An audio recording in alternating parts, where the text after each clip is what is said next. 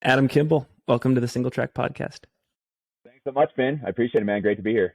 So we're definitely going to spend the vast majority of this episode talking about Western states and what you have in store there. But I've always been curious, if I understand correctly, you have been on a couple survival shows in the past and done some just generally non-traditional endurance ultra endeavors. So can you talk about that? Like, how did those opportunities arise? Because I've always been fascinated. Yeah, man. So the story began in as far as the game shows are concerned. In 2008, I was on The Price is Right, and my brother lives in LA. He's lived in LA for a long time. I was visiting with family, and my mom is like a game show junkie, so she really wanted to go and check things out. And it turns out, I didn't know this at the time, but it turns out that if you get into the audience, they interview everybody and they select contestants based off of those interviews. So once I knew I had some amount of control over potentially getting on the show, then I tried to turn it on and, crack some jokes and stuff. And so I went on the show, ended up winning the showcase, which is the last thing. And that was a pretty hilarious thing that happened when I was in college. And then as far as the running stuff, I started running ultras in 2014. And then in 2015, my wife and I took a year, we quit our jobs and traveled for a year.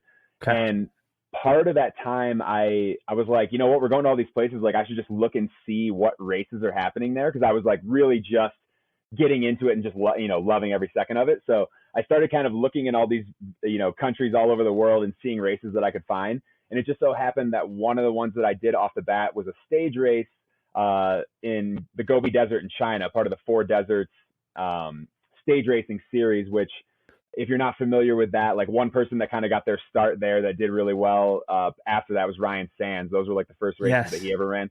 And so anyway, actually Ryan, the first ultra race I think that Ryan ever ran was the Gobi March, which is funny. Oh, right on. Yeah, man. But anyway, so I ran that race. I won it. And, that kind of opened my eyes to a lot of things. But I think as far as the non-traditional stuff, stage racing is ultra running, but it's such a different experience. It's more I don't know, sort of like a combination of racing and fast packing. And I think just kind of starting on that trajectory opened my eyes to the fact that there's all this stuff outside of just racing. And I've always kind of been there's sort of these in my experience, a lot of people tend to be either in the FKT adventure style camp or in the racing camp. And there was a little bit of crossover during the pandemic. But I've always kind of been split in both because I started by running some of those not straightforward races and loved doing it. And so, I came back from that year of travel, ran across the US. I was trying to break the record for doing that. Didn't break the record, didn't even come close, but made it from coast to coast. And that sort of started my love of just adventuring, whether that's in a race or on an expedition on my own. Man, that's such a cool entry into the sport. And I heard in there, you and your wife quit your jobs 1 year to go travel the world. Is that where you sort of made the pivot to sort of go all in on running at that point? As an athlete, as a coach, the whole kit and caboodle? Yeah, it was. I think after the Gobi March, that was when, that wasn't the most competitive race, but it was a huge deal for me at the time winning that, because there was runners from 40 different countries, and I went in just trying to challenge myself and see how it went, and ultimately ended up winning. And I think after that, I sort of thought to myself, is this something that I could potentially make a career out of? And ultimately what ended up happening was there was kind of a 2-year period where I started getting some sponsors, but it wasn't it wouldn't have been financially feasible to just do that full time. Yeah. So I started slowly accumulating partnerships and sponsorships while also starting to do more coaching at that time. And then just by having the financial flexibility from my wife's much more stable financial career, she kind of gave me this 2 to 3 year window to figure it out. And then I got to the point where it was it did become financially I could full-time run and coach. And that's what I'm doing now. And so the cool thing for me is that I think if I didn't have her support, I wouldn't I would have been I'm not making enough money. I've got to do something else. Yeah. And so she gave me that flexibility, and now I'm doing what I love all the time. And I'm just so grateful for that. All right. We definitely got to record another episode later this summer, going back into your career some more, because that's fascinating. And it's cool that you mentioned that, because we just had a guy, Andrew Drummond, on the podcast, who's based in the White Mountains of New Hampshire. And he had a similar story, a non-traditional entry into the sport. He was a surfer, and he had like 2 to 3 years to float, to like build his retail store there in Jackson, New Hampshire, and do athletic stuff and build a YouTube channel and partnerships. And all the while, he had a partner who was just helping in that process. So that's super cool. Yeah, man. I tell people all the time, like, a lot, I get the question from a lot of different people, especially, sort of elite runners that are maybe thinking about trying to make more of a career out of it. And the thing I always tell them is like, it totally depends on the person. I mean, if you're like a Jim Walmsley, you can immediately make it a career, right? But Yeah. if you're one of like a successful runner that's maybe not like the best in the world, I think a lot of it comes down to like different things that you can offer, but also if you have the ability to be patient, or if you have another thing that can kind of float you during the time that you're attempting to build it, because otherwise it can be tough. Like, it's not, for me, it didn't happen overnight. And so I just needed that time to sort of establish myself, Super cool though, man. Well, we got to talk about Western, and maybe we'll start here. This isn't your first rodeo. Like, you flirted with a top 10 performance at Western, I think back in 2018. By all accounts, a great day. I think you ran like well under 18 hours, like mid 17s or low 17s, like awesome day. Can you talk about that day and what your biggest takeaways were and what you learned?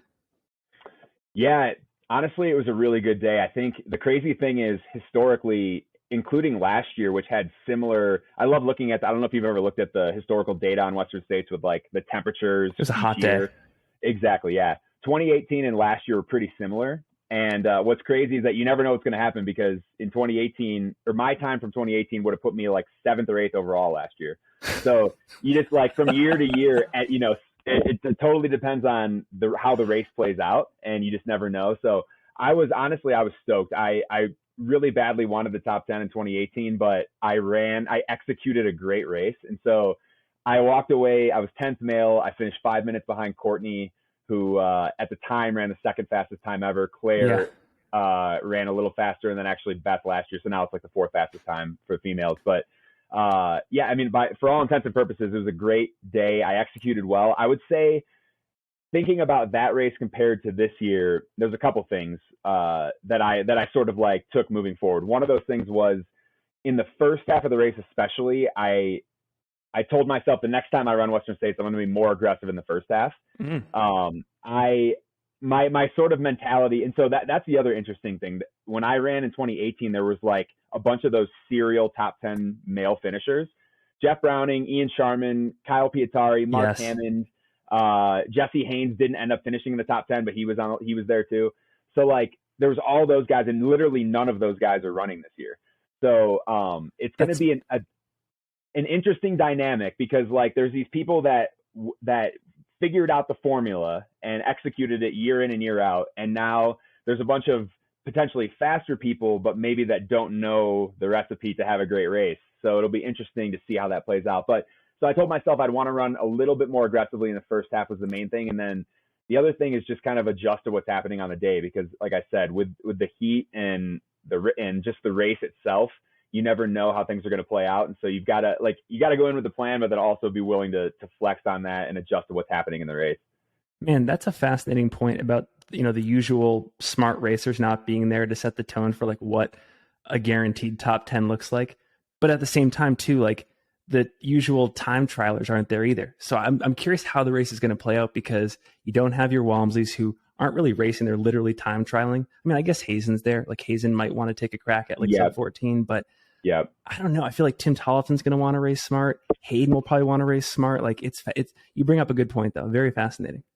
Yeah, for sure. And I think that was part of my strategy in 2018 was to keep the two that I was looking at were Ian and Jeff. I was like, just keep those guys within eye shot, and I know I'm going to be in like a pretty good spot. And I ran, I don't know, the better part of like 30 or 40 miles within sight of those guys. So that's part of it too. So like you said, when you have like this barometer of this person knows how to get it done, and Ian literally did it 9 times in a row. That helps some people to kind of pace it. When you don't have that, there's a little more like kind of figuring it out yourself. But I agree. There are people, I think, that the two that you named, Tim and Hayden, would both admittedly say they weren't super happy with their races last year, even though they landed in the top 10. Yep. So it'll be interesting to see what tweaks both of them make. Pivoting a little bit, you said one other interesting thing there, which is that you had wished you ran the first half of the race faster. And I don't think I've ever heard an ultra runner say that before. That's an interesting insight. So what are you doing differently in training this time around to maybe make that possible and still obviously finish strong? Yeah. So historically, for myself personally, I've been a second half racer. Like I've just always performed well late in races. And I end up, like in 2018, I was 22nd or something at Forest Hill and then finished 13th. And that's a great been race. my MO. Yeah. And so like, I'd like to be in a similar spot, but maybe 5 to 6 spots, higher up this time in the 10 to 15 range, and then hopefully do the same thing. But honestly, one of the things that I focus more on this year than I did the first time around, and I took this little tidbit of information actually from Jared Hazen in 2019 after he ran the second fastest time ever. I was sitting at the Auburn track, Placer High School track, listening to his interview, and they asked, so I forget who was interviewing him, but somebody asked him what he did to prepare, and his answer was run a ton of downhill. And so ever since he said that, I was like, yeah, he's right. There's so much runnable downhill in this race. And if you don't emphasize that enough, then you can blow your quads early and not even be able to run it. So one of the main things that I changed this year was I ran a lot more downhill. Interesting. Yeah. Anything else in the lead up that you've been doing to prepare? I mean, you must be on the course a fair bit because you're based in the Lake Tahoe area. Yeah. So the interesting thing is really the first like 20 miles of the course aren't super accessible until like the last week or so because of the snow. I mean, if you want to run on snow, you can go do it, but like post holing for 20 miles isn't my favorite thing to do. So I usually the high country I tend to not run very much of before the race. But I get into the canyons a lot. And then actually another thing that was a little bit different, I'd say in 2018, I spent a ton of time in the canyons. This year I went to the canyons some, and I've spent a lot of time training there in the past. So I know that like 40-mile section like the back of my hand.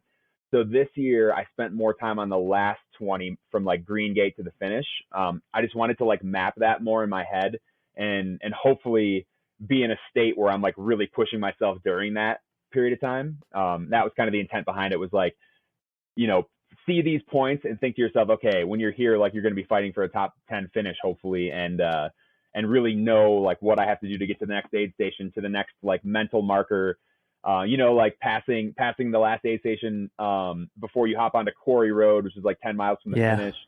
From there to the Walmsley turn to Highway 49, to all those like iconic spots. And so I spent a lot of time kind of like mapping that in my head and getting used to that. But yeah, I've spent a fair bit of time on the course, and yeah, I'm excited for race day. Well, let's talk about goals and expectations. How do you think this is going to shake out for yourself? Like, what are you expecting heading into the race? How are you going to race it? And then is like top 10 the goal? Yeah, top 10 is the goal. That's all. I mean, really from the time that Western States came onto my radar, it was that was the prestige of finishing in the top 10 and getting the invite back next year, especially when it's so hard to get into the race. It's nice to just like secure that spot on your own. And so yeah, I was literally 13. Chris Brown finished 10th male in 2018. I was 13 minutes behind him. And then when you so again, I was super happy with the race, but I finished the race and I'm like 13 minutes over the course of 100 miles. You can easily come up with 13 minutes and think about how you could have done something a little bit different. Right. So yeah, top 10 is the goal. I really think if I have a great race, I'll be there. But if I'm not, and I left it all on the line, that's okay too. Like some of the things I've grown from most in my history in the sport have been the subpar performances. Like before I broke the Tahoe Rim Trail FKT, I finished it, but like screwed up a lot of stuff and said, I've got to do this again because I know I can do it better. So yeah, I hope I'm sitting in that top 10 spot. I more than believe that I can do it. It's just a matter of executing and seeing what happens on the day.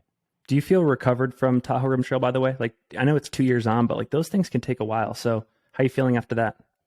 Yeah, that's a great question. I honestly think it took, so that like, how it is. There's this weird, like superficial recovery where I remember like a week after the TRT, I was like, dude, I feel great, But then like the deep underlying fatigue can sometimes take years to recover from. So so yeah, I do feel recovered from it. But it certainly took a lot more time than I was expecting. Gotcha. One more question for you. We have a ton of shoe heads, gear heads in the audience. So what are you wearing on race day, head to toe? So I'm a Rabbit Pro, so I'm going to be wearing my Rabbit based in Santa Barbara running clothes kit. I'll be wearing my buff hat and all the different my buff arm sleeves, different buffs to keep myself cool throughout the day. I'm a Drymax guy as well, so I'll be wearing my Drymax socks. Nice. And then I've run in Hoka for many years now, and I've been partnering with them since since I ran across the U.S. That was when I started working with Hoka, 2016. And I'll be wearing the Challenger. Actually, I think. Oh, interesting. The Challenger to me is like for the trails out here. It's not as good on the technical stuff, but there's like not very much of Western States that's super technical. The high country is the most technical part, but and even that is not overly like, you're fine with it. So I just like a shoe that I feel like it's pretty cushy, but it works well on the trails out here. So right on. Well, yeah. We're excited to follow your race. I'll make sure to link to all your socials in the show notes. Anything you want to leave the audience with before we go?